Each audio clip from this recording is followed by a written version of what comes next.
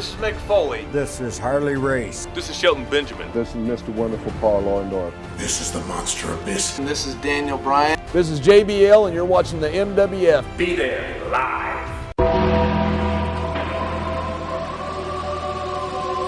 Wrestling fans around the corner, around the world, welcome to another installment of Wrestling Insider's Monday Night Mission. We are back in action after a week off. Oscar was a man on a mission around Sin City.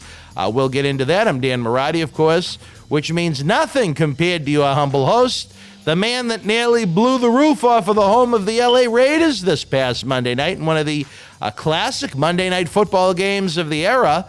We're talking about the one, the only former WWF Tag Team Championship manager, the one, the only, OSCAR of Men on a Mission, Oscar. Oscar, thank you for joining us once again this week. I don't think the fans knew what to do last Monday night without us.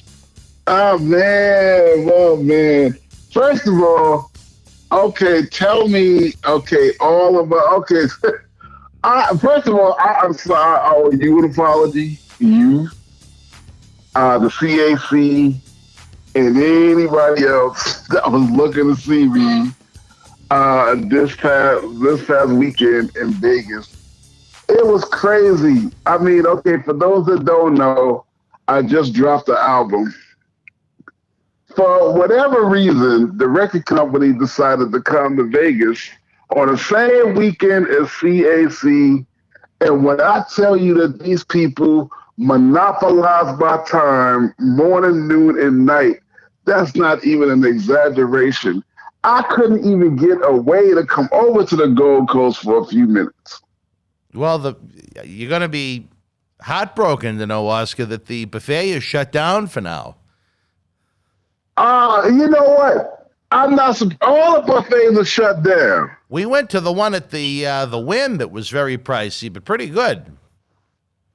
Oh, the one at the Wynn was open? Yes. Oh, see, I wish I would have knew that. But yeah, I mean, how much was it? Because I could imagine it'd be about $50 a plate at the Wynn. You would be very accurate in that statement.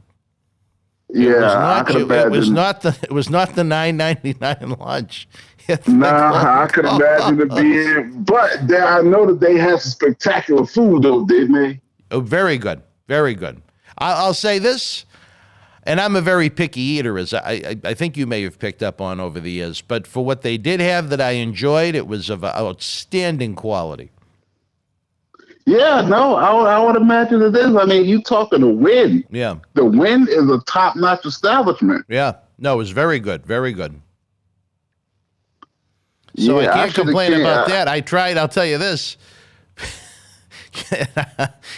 The fans may get a little chuckle out of it, too, but I was with our associates from here at the studio, and they wanted to try ping, pang, pong at the Gold Coast. And it was one of the ping, pang, pong. Oh, yeah.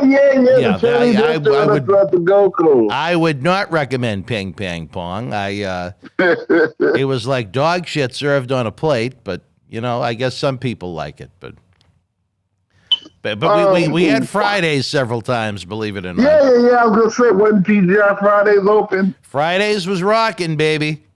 And Subway was open too, right?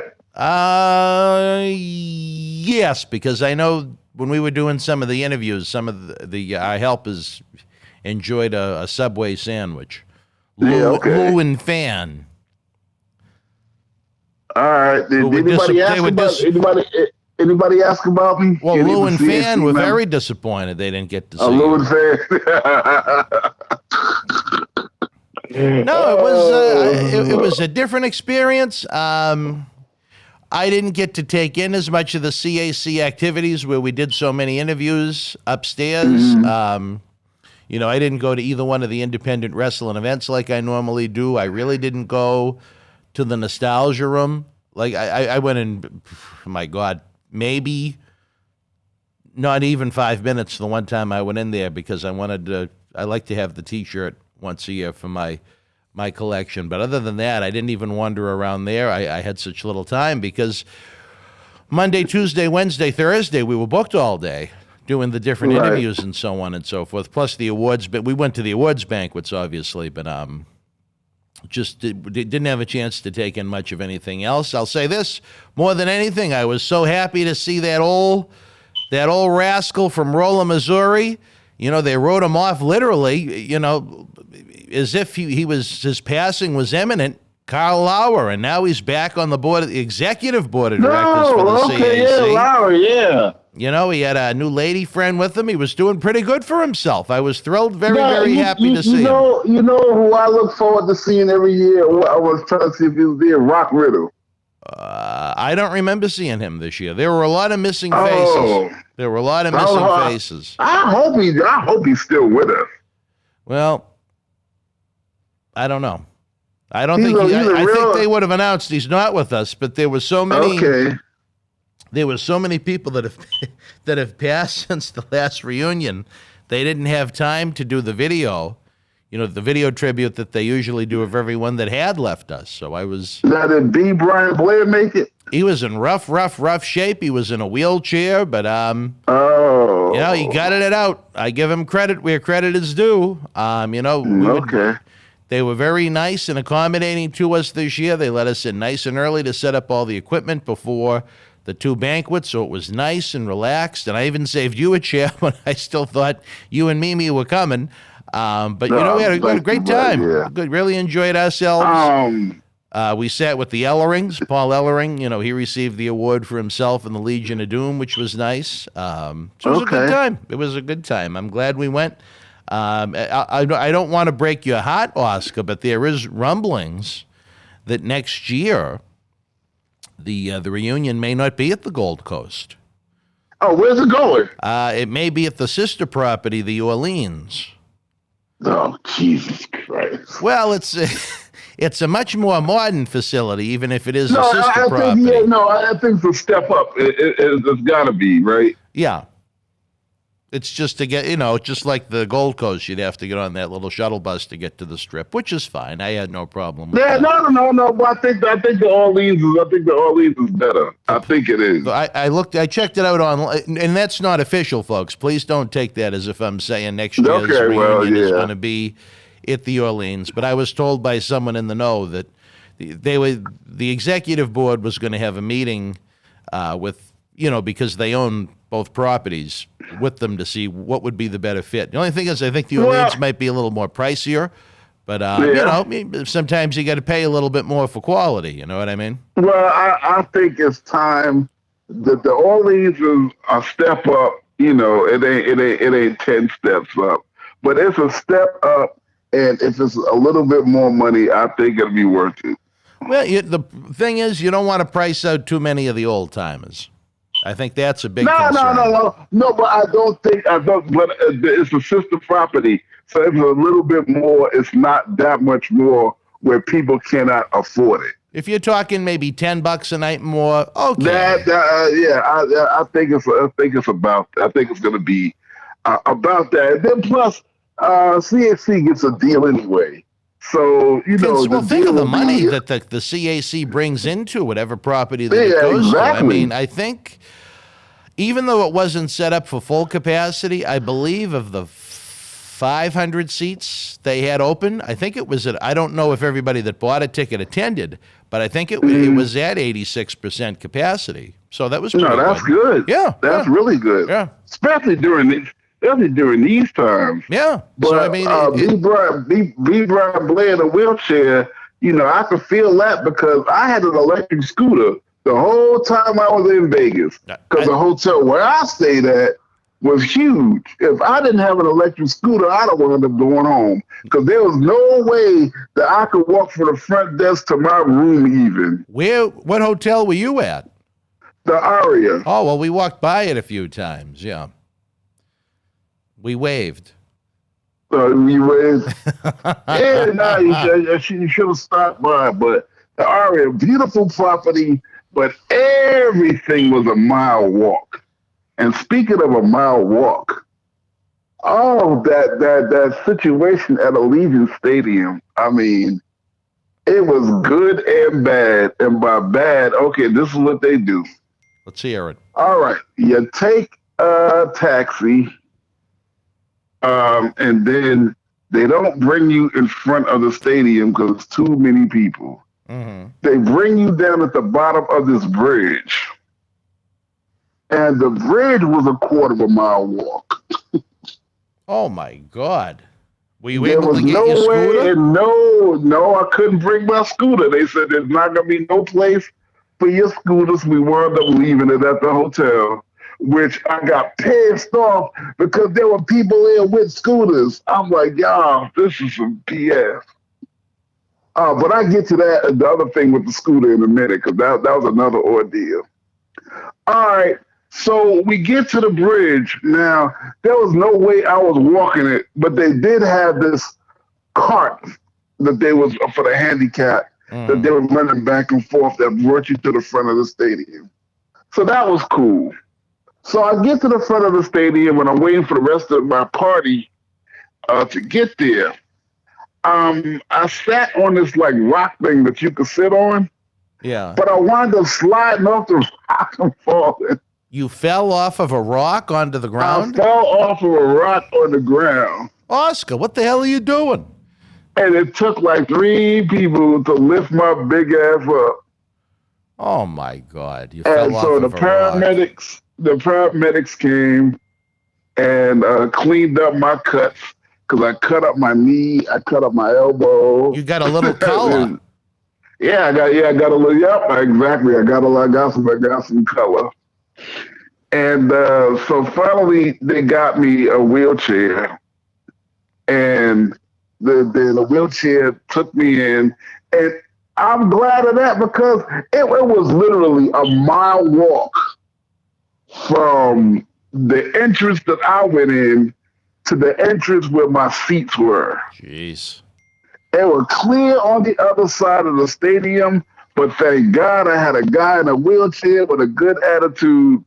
So he wheeled me all the way across the stadium. Now, then, okay, he got me to where my seats was, but my seats were all the way at the bottom. I had second row seats. Wow. Second row. Second row, 40-yard line seats. Now, how the hell did you get down to the second row if you were in a wheelchair? Okay, I had to get out the wheelchair and I had to take my time and I had to walk one step at a time and I had to sit in an empty seat to catch my breath as I was going down. So I sat down there and I fit in the seat comfortably, enjoyed the game, but then when it was time to go to the bathroom, I had to make my way up that Mount Olympian Hill. So I did the same thing. Took a few steps at a time. There were some empty seats. Sat down, caught my breath, but I finally got to the top. Now, I knew once I got to the top, I wasn't going back down.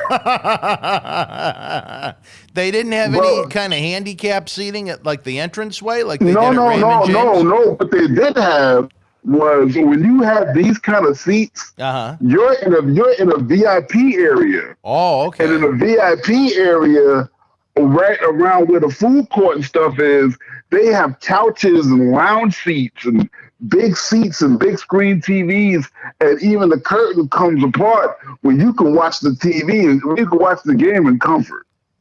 So you lounged after your restroom. Oh yeah, I lounged. That's where I stayed. Now, where was Mimi? She stayed down. She's in a little better condition than I'm in. She stayed down in her second row seat. So she enjoyed the actual seat, and you stayed in the lounge area. Yeah, she enjoyed the actual seat, and we both enjoyed the game though, because that was a hell of a game. Oh, I saw the highlights that night at the Fridays.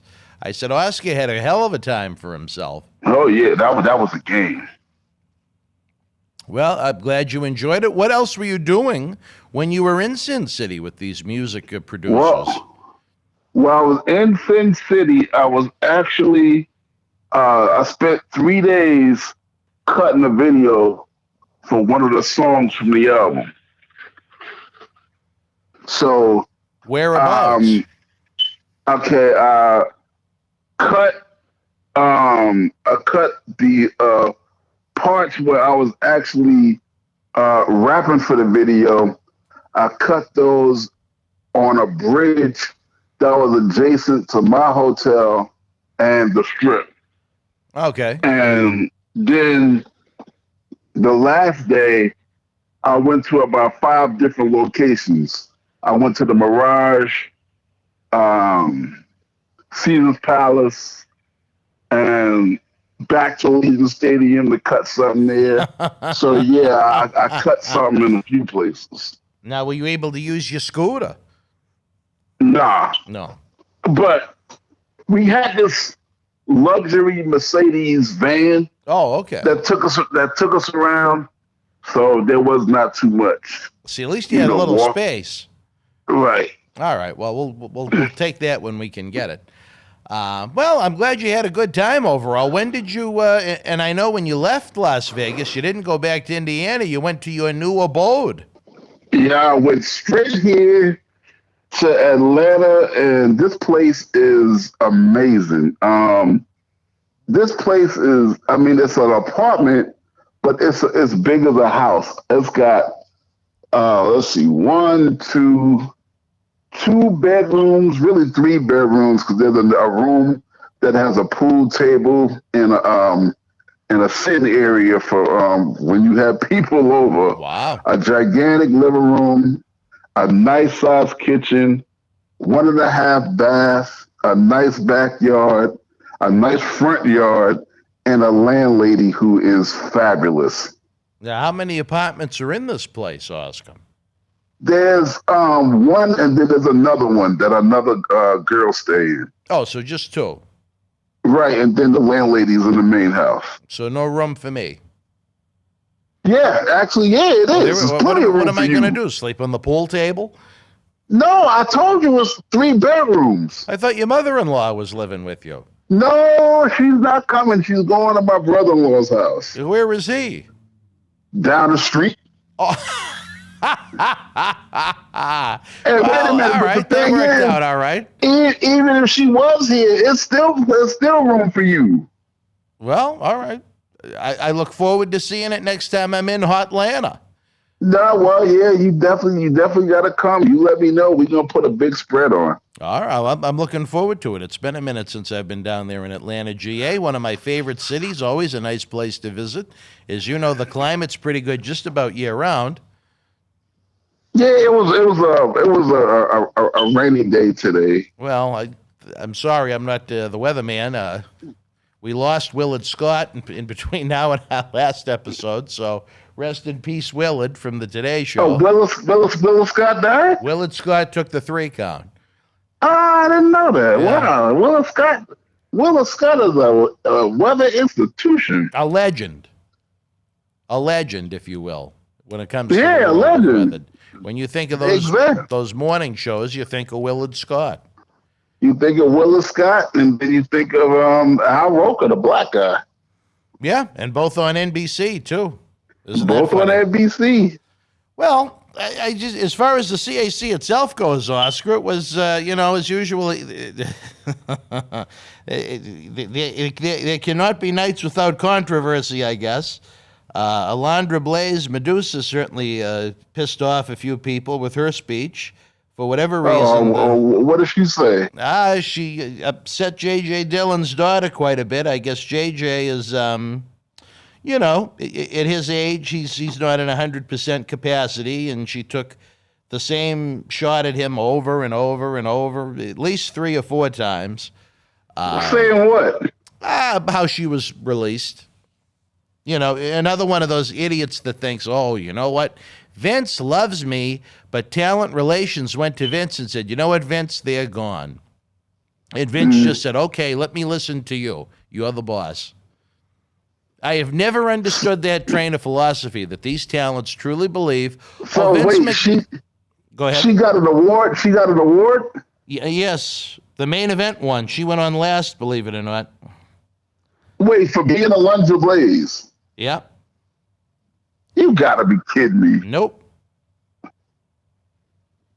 Okay.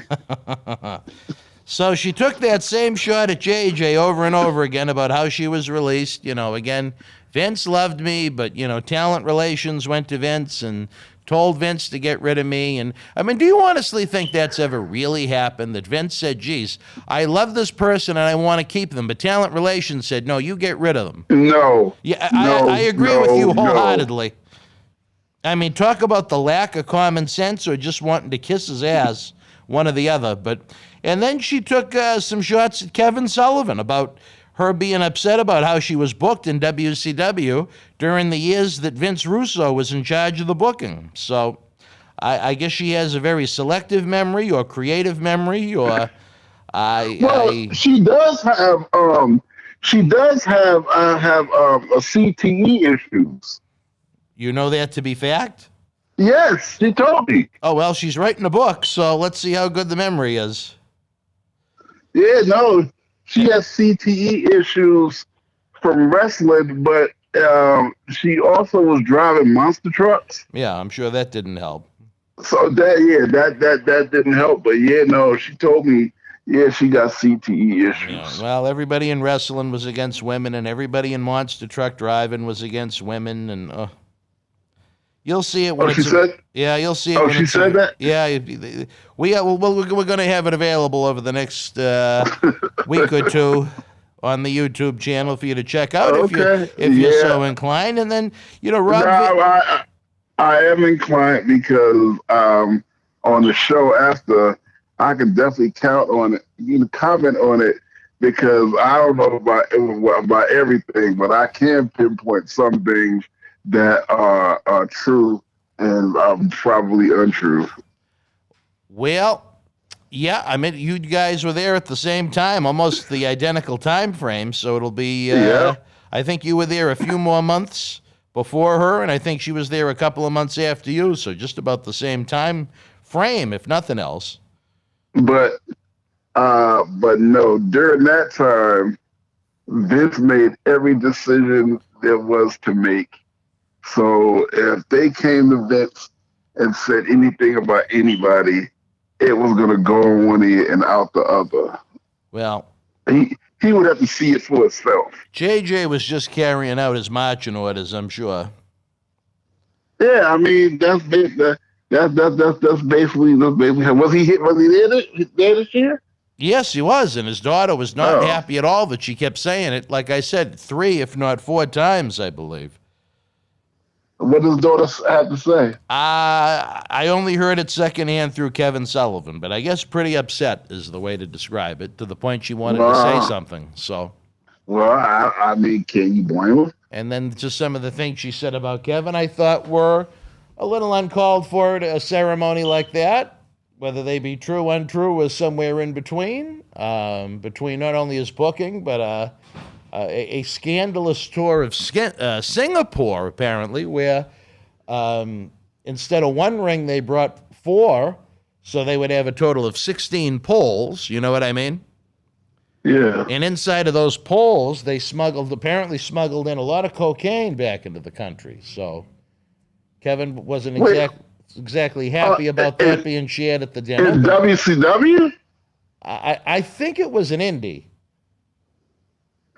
So she said, she got up there and said that indie promotion smuggled cocaine in wrestling ring poles. In 16 wrestling ring poles, yeah. She said this during her speech. Yes. What the hell does that have to do with anything? All right, can we go to commercial now? All right. Can we go to commercial? It's about that I'll time, wrestling fans. Right now, we're going to take a brief timeout. We'll be back with more Wrestling Insider's Monday Night Mission after this brief timeout. Wrestling fans around the corner, around the world, I'm Dan Marty. And I'm Mr. USA WWE Hall of Famer Tony Atlas. The road to WrestleMania has begun. Wrestling fans are looking to add to their man caves. You got to see what we have in the eBay store. Check it out. Here's your chance to own a piece of history from the 2020 WWE Draft. On the second night, October the 12th, The Fiend, Bray Wyatt, and Alexa Bliss unleashed hell on Andrade and Zelina Vega.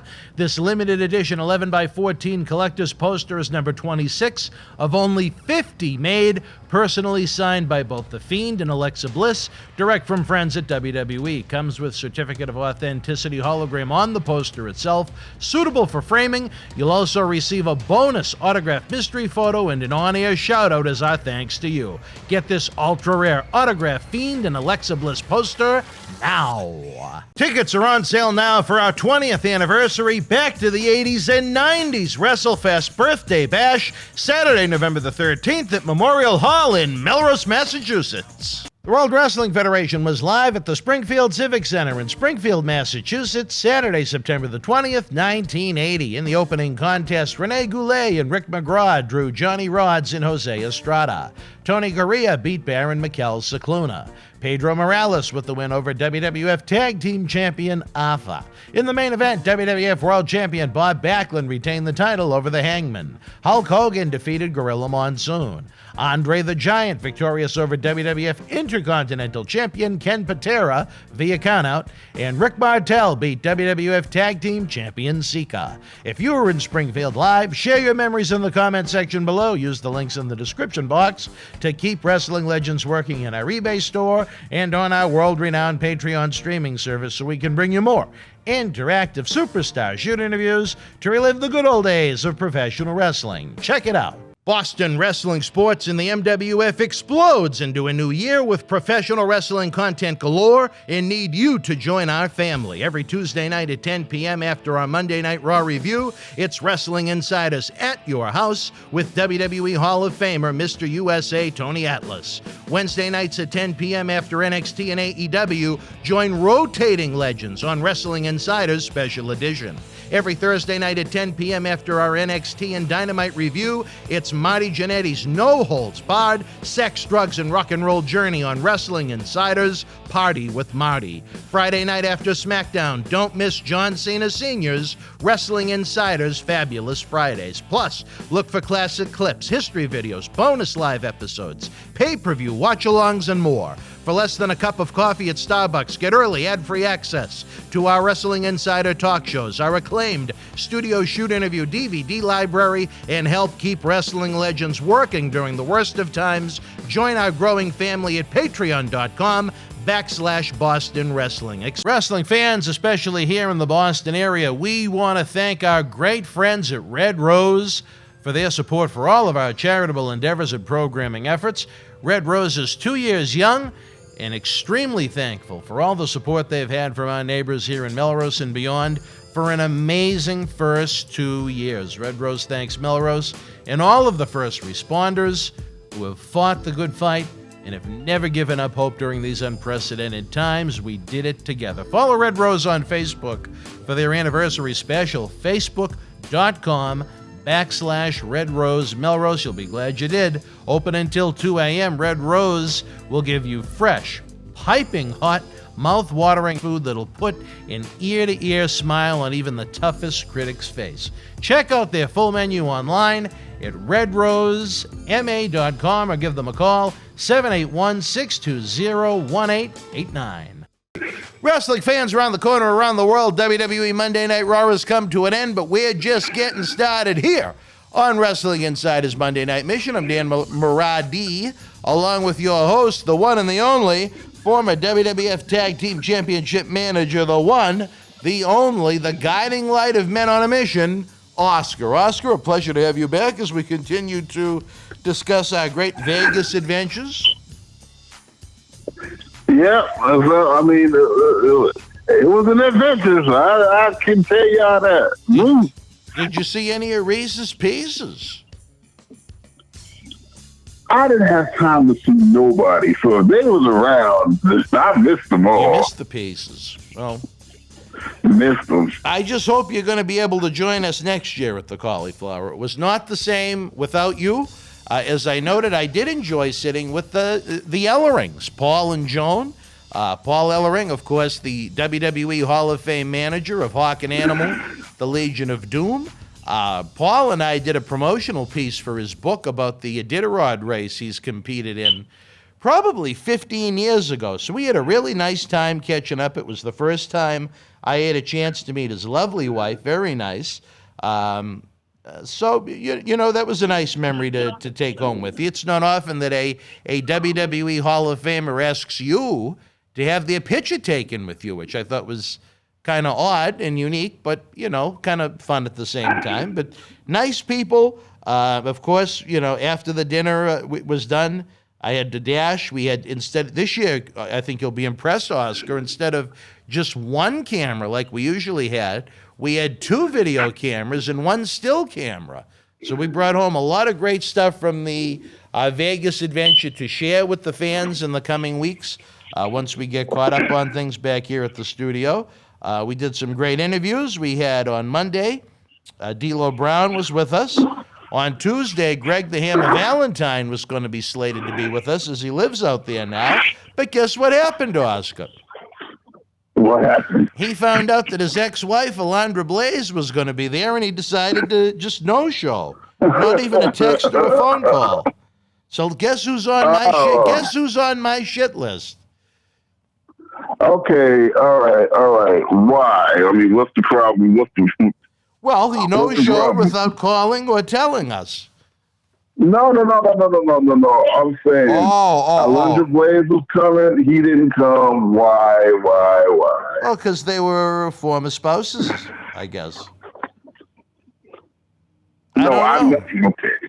Mike McGurk used to go, and Mike McGurk goes a lot of years, and she was married to Brian Blair at one point in her life. Yeah. You know what I mean? Yeah. So I don't know. Maybe things didn't end well. I don't know. But I really don't care other than the fact that he made life difficult for us. But I'll say, you know what? Maybe sometimes a lemon was made out of lemonade is D'Lo Brown, even though he's in his new position as the head of talent relations for Impact Wrestling. He wound up joining us for a second day on the Tuesday. So we had a really good time. Some really great content for the fans as we discuss more of the Attitude Era type time frame in the history of wrestling. So the fans have that to look forward to. Again, not one, but we did 2 days of taping with D'Lo. On Wednesday, we had my long time friend, going back to 1994, the Taskmaster Kevin Sullivan with us. Those came out really good. And then on Thursday, we had a man that he said learned a little bit about pimping from you, the Godfather, with us. So for a great variety of guests, we had a lot of fun. We were hoping to have more, but there were issues with the Cauliflower Rally Club database where they didn't exactly know who was coming until just a couple of days before the event because they couldn't access the database, as I was hoping to do instead of maybe 3 guests, maybe 7 or 8. But you know what? Such is life. They had, while I was in Vegas, they had an interesting piece on TV featuring the Godfather to show Dark Side of the Ring. Oh, really? Yeah, where they was actually talking about when the WWE decided to do the Brawl for It All. Yeah. And he was slated to take it all. But surprisingly, he got beat by Bart Gunn, which when I saw that, I didn't know about it. And I was just shocked. Bart Gunn of all people. Well, I think the Brawl for All competition was tough for everybody, where the rules kept changing on the fly. They had those bizarre gloves they wore that were about the size of, 3 or 4 man's hands.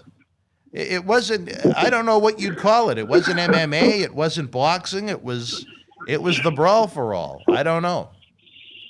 It was Vince Russo's wet dream, and it was a disaster. Yes, that was one wet dream that should have been woken up from. Yeah. Well, but I mean, what was it that you did to help the Godfather learn about pimping? I sat him down and I was like, yeah, bro, I mean, you just can't have just one of your bitches just around. You got to have them all. Matter of fact, why don't you open your ass up a club? It's not like you ain't got the damn money. Next thing you know, he got cheaters open, and he got all kind of hoes. Plenty of them. But he wound up closing Cheetahs down. But Cheetahs was a spot in Vegas for a long time. You know what? In hindsight, didn't he pick a great time to decide to retire from the business with what happened with Corona?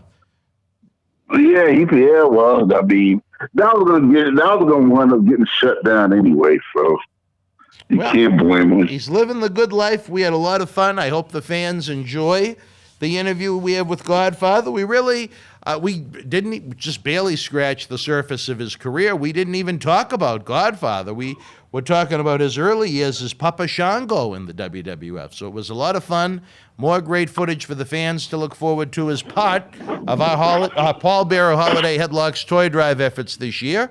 More to come on that on BostonWrestling.com. But Oscar, funny enough, almost a great segue. You mentioned that you came across that older episode of Dark Side of the Ring when you were in Las Vegas. What did you think about the controversy from this week's most recent episode that has seen Tommy Dreamer suspended from Impact Wrestling?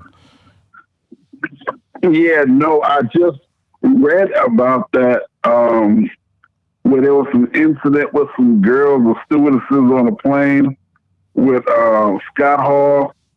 And Tommy Dreamer, he's not suspended now. You're talking about this was a long time ago, right? No, he's suspended right now from Impact. For what?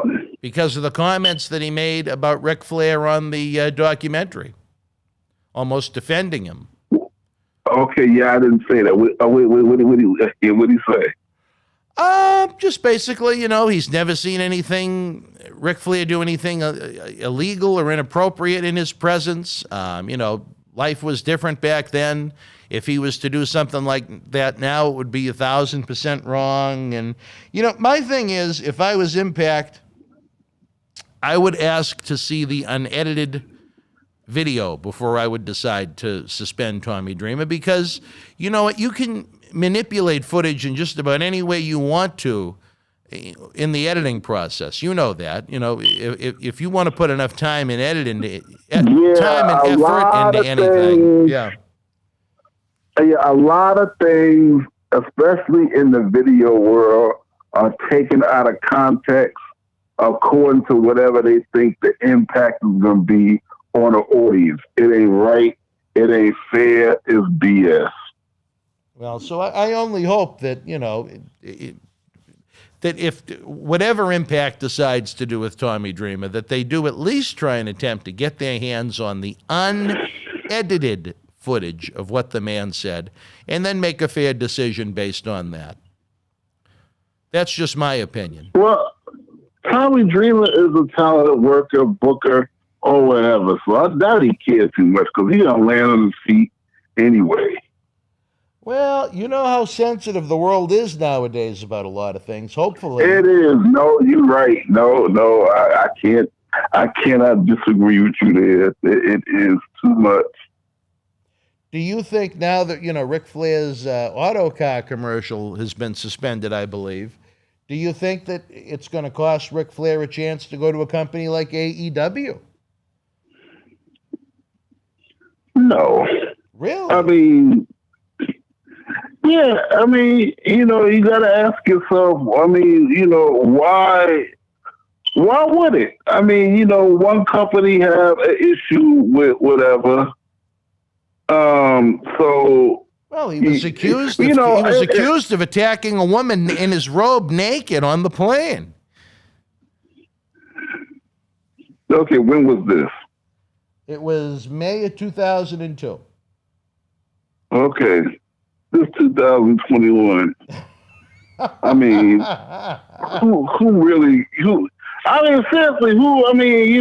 I would get trouble for my comments now.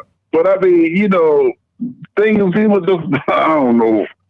People just don't. I put it like this. One way or another, Ric Flair gonna be all right.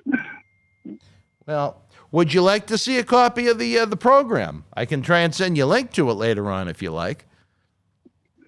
Yeah, I would love to see that. Maybe we could talk more about it next week on the show after you had a chance to view it. It certainly was much talked about at the time.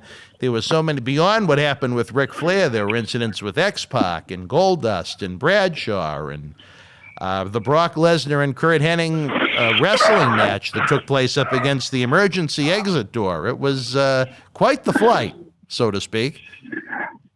I mean, come on. I mean, it's a thing to where I can't judge nobody. I Right. went to jail 4 months over women. Oh, really? So I can't, yeah.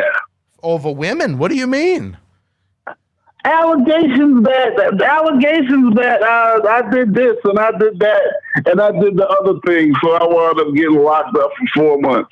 When they really figured out it was all BS, that was the end of it.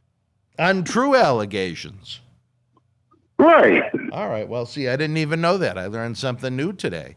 Also breaking in the news today, Oscar, I don't know if you had a chance to read about it, but what I think is a great story, even though maybe with the wrong company, the Owen Hart Foundation has come to terms with AEW to include Owen Hart in, I guess, the AEW family, so to speak, as far as merchandising goes and his involvement in video games and trying to produce Owen Hart merchandise to help the foundation out.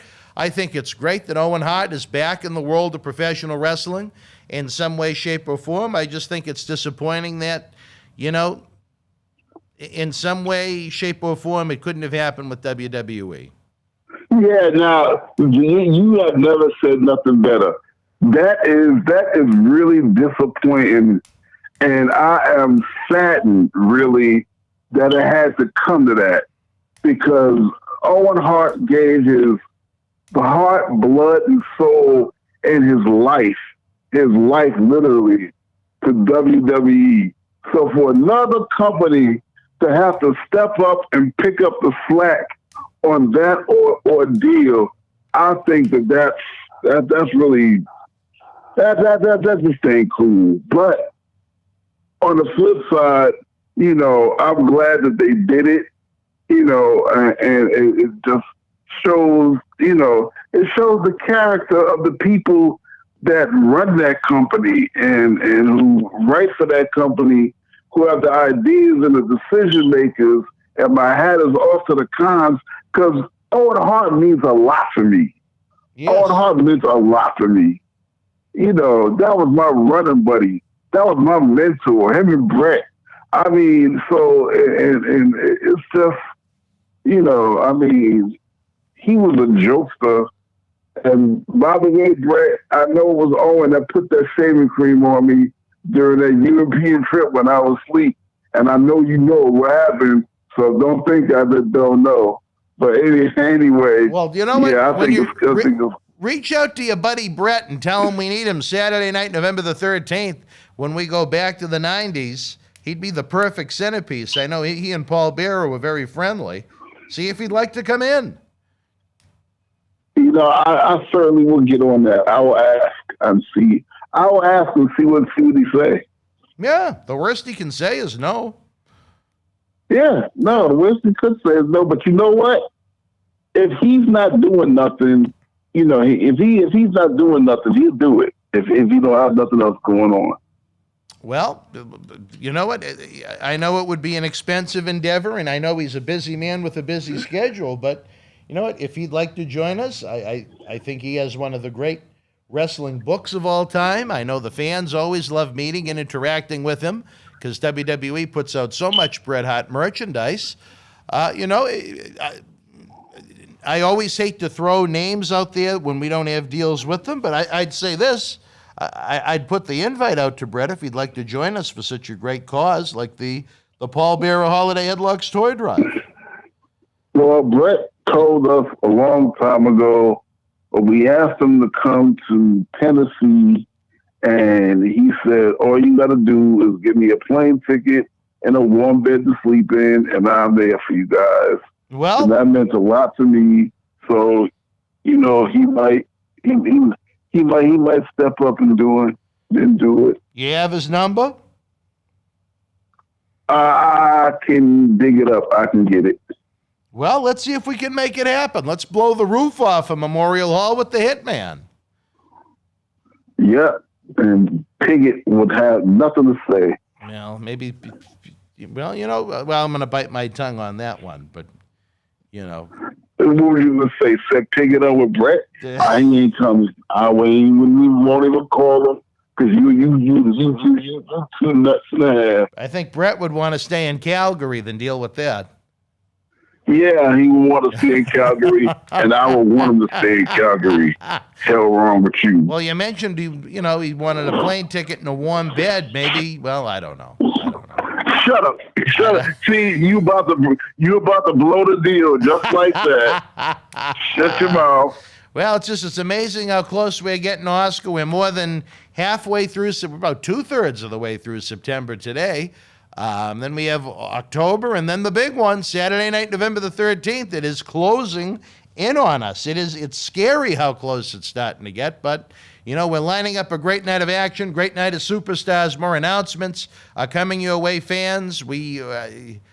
It's going to be a long, let's see, today's the 20th, so we have 10, 41, and 13, 54 days away, Oscar, from tonight. 54 days away. Shoot me now. Shoot me now, please. Well, see, that's, you know, it's closing in, but at the same time, you know, you got plenty of time to make things happen, and you know, and any deficits that are going on. Well, in reality, we don't have a lot of time because, you know, think of the time it takes for the advertising to get designed and printed. We literally need to get it done. It should be already done. And we've had so many changes and so many obstacles that we've already discussed, having to change the theme of the November 13th and then the April event around and trying to rebook both events. It's been a calamity, a nightmare, a disaster, so much stress and frustration. And now that we're back home after the CAC, I mean, we got to get. Well, I need you on the horn today, Vice President. I need you on the horn today. Didn't I just say I'm going to see what I can do? But we need it today, brother, today. I know. I said I'll see what I can do. I know the Monday Night Mission is at 11 o'clock Eastern Standard Time, but I think in Calgary it's only about 8. All right, like I said, I gotta first track down how to contact them, man. It's not like I call them every week, so I gotta do all that. So, well, I have a feeling this is going to be no pun intended, a crazy damn week. You know what I mean? Yeah, no, it's gonna be a crazy week. Point blank, period. All right. Have we missed anything? You know, one thing I wanted to note before we left, it hit TMZ, I think, just as we were leaving for Las Vegas. But our dear friend, Uncle Al Snow, did you see that he was in the news with TMZ? Yeah, Uncle Al Snow is a superhero. He rescued a kid from a riptide. And in case you don't know how dangerous a riptide is, our buddy Shad Gaspard was trying to save his son from a riptide in the ocean. And that's how Shad got caught up and drowned. So if Al hadn't been there, you know, God works in mysterious ways. If Al had not have been there, that kid faced that kid was in a bad situation, but was rescued by our one and only Uncle Al Snow. So I love Al Snow anyway, but hats off to Al Snow for going out there and, you know, risking his life to save the kid, and it all turned out successful. So the superhero award from the Monday Night Mission goes to Al Snow and Head. You give Al Snow the award of the week. Yep, Al Snow gets the award of the week, definitely. All right. Well, I think that's a great way to end the show on a positive note, fans. As always, it has been a pleasure to be joined by Oscar. The countdown is on to the big one, Saturday night, November the 13th, as we celebrate 20 years of Boston wrestling. Some of the great talents competing in the ring are starting to be announced, along with all of the great legends that are going to be on hand for this Q&A, autograph photo fan fest, plus a night of action that's going to blow the roof off of Memorial Hall in Melrose. Oscar, I know it is going to be a happening. On top of that, tomorrow night on Wrestling Insiders Extreme, after WWE NXT, New Jack is going to be back shooting on his time in Smoky Mountain Wrestling, another very interesting episode. Plus, on Wednesday night, after AEW Dynamite, Wrestling Insider Special Edition, it is the debut of Kevin Sullivan on the program. Thursday night, as always, after Dark Side of the Ring and Impact on AXS TV, it's going to be Wrestling Insider's Party with Marty. Marty Jannetty will be back talking about God knows what from God knows when. And then we wrap up the week Friday night with John Cena Sr.'s Fabulous Friday. He'll be shooting after SmackDown and AEW Rampage. We are back in business as we get ready to celebrate 20 years, baby. 20 years. I cannot wait. Hey, man, speaking of that, you better put my damn name from there where I'm coming. The hell wrong with y'all? What are you talking about? My name need to go somewhere on the marquee. It ain't nowhere. Well, you know what? We'll add it this afternoon. I appreciate that. By the time it airs, it's already going to be on there. You'll have your own private booth. You are the vice president. What's that? It's only $79 to come there. So yeah, I'm coming. What about President Reese? You know what? Will he be busy with the pieces? You better have a long talk with him, because there's no excuse that he can give me that I can fly across the country and come, and he can't. Now, he the president of this damn organization. He needs to get the hell up. All right, well, that's what the pieces said, but that's a different story for a different time. All right, for my partner,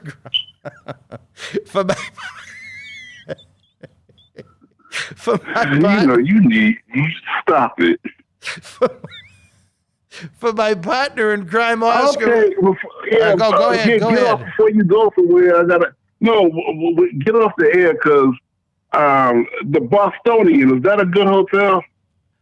I'm not 100% familiar with it. All right.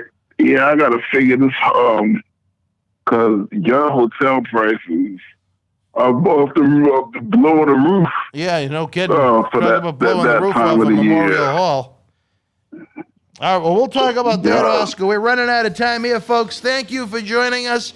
Join us on social media. We're also going to be planning our Connor's Cure raffle that we have every year. We're going to be having that Sunday night during WWE Extreme Rules when we do our live pay-per-view watch-along. It's going to be a great way for you to help some great kids in need. Again, for my partner in crime, Oscar, I'm Dan Marotti. Along with a big week ahead, we'll see you next Monday night on Monday Night Mission. Until we speak again, you and yours be well. Good night from Boston. Thank you for joining us. Please give the video a big thumbs up, leave us a comment, and subscribe to the channel to enjoy more great content. Don't forget, you can help keep wrestling legends working. Check out our eBay store and join the Boston Wrestling family at patreon.com/Boston Wrestling so we can produce more in-depth shoot interviews.